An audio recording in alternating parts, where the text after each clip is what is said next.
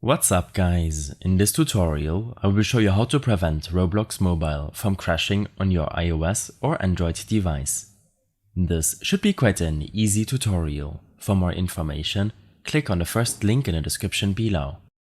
Crash issues with Roblox Mobile are often linked to low device performance. That's why I suggest taking a look at your in-game settings first. Launch a Roblox game and navigate to your settings. Enable the full screen option. This can prevent the game from crashing, depending on which resolution you are playing on. Below, change your graphics mode to manual in order to change the graphics quality setting below. You should reduce this option to around 2 or 3 ticks. This will depend on the performance of your mobile device, and some experiences will lag more than others, so change the setting accordingly. You should also enable the Performance Stats setting to see your memory, CPU, GPU and network usage while playing Roblox on your mobile device. This will help you identify performance issues when playing the game.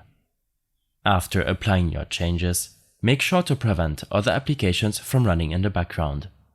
Resource-intensive applications or apps that use up your network connection can impact your Roblox gaming experience. When this is done, make sure that your Roblox application is up to date. Open up your App Store and look up Roblox. In case there is an update available to you, then make sure to update the app from here. Next, open up your Settings application. Scroll down and tap on General.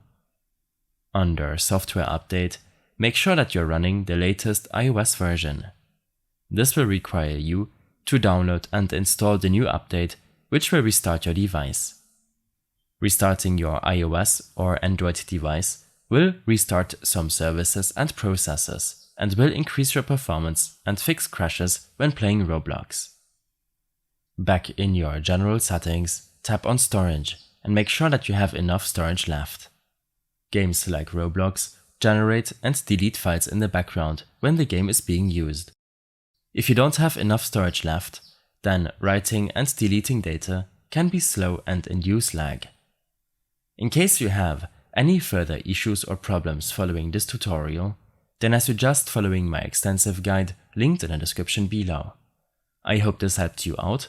Leave a comment if you have any questions, and see you in the next one.